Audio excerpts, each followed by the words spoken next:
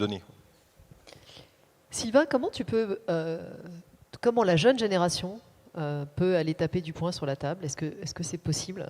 Est-ce qu'il faut bouger l'ancienne génération ou est-ce que c'est pas une histoire d'âge?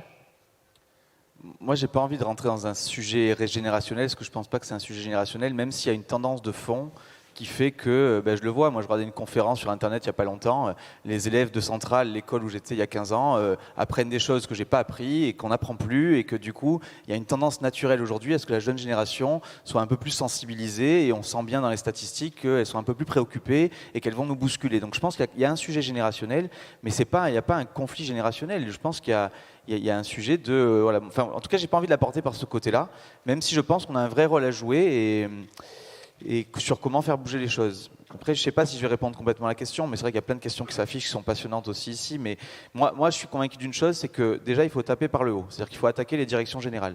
Et il faut, comme le montre la CEC, qu'il y ait une formation massive de nos dirigeants. Et ça, c'est la première chose qui est essentielle. Mais en fait, ça ne suffira pas. Ça ne suffira pas, parce que moi, je le vois, la CEC, on a formé des DG, mais avec un niveau de formation qui est stratosphérique. Ils sortent de là, ce sont des extraterrestres par rapport à leur COMEX. Et ils nous disent, mais comment je fais derrière pour embarquer mes équipes avec un équilibre qui est toujours compliqué, avec ce sujet de la planète, mais en même temps, tu veux que je fasse des profits, c'est quoi mon rôle? Et il y a un sujet d'équilibre qui est vraiment pas évident pour les directions générales.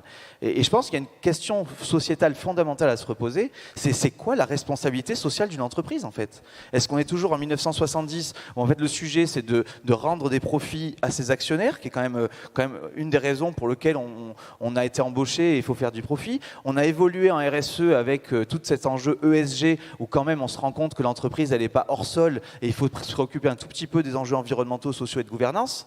Mais est-ce que ça suffit? Est-ce que c'est toujours la fin, finalement, l'argent et l'objectif, et on essaye de limiter nos impacts? Ou est-ce qu'il faut se reposer la question, la responsabilité sociale d'une entreprise, c'est de nous aider en tant que civilisation à passer une étape et à réussir cette transition, et qu'on switch un petit peu, remettons l'impact au cœur du sujet des entreprises, et faisons de l'argent un moyen et pas une fin. Et de toute façon, on n'aura pas le choix. C'est là où c'est super sympa. C'est qu'aujourd'hui, il y a un alignement qui est en train de se créer entre la notion d'impact et la notion de performance économique. Qu'on le veuille ou non, c'est là qu'on va. Donc autant y aller vite, parce que comme ça, on s'économise 2-3 sujets. Et donc pour moi, le sujet, il est là. Et pour répondre à la question, oui, tous les DG aujourd'hui devraient avoir 20 heures de formation, pas que, leurs COMEX aussi et leurs administrateurs aussi. Et ensuite, peut-être le top management, etc., etc. Il y a un sujet de massification de la formation qui est vraiment fondamental. Antoine. Alors, j'ai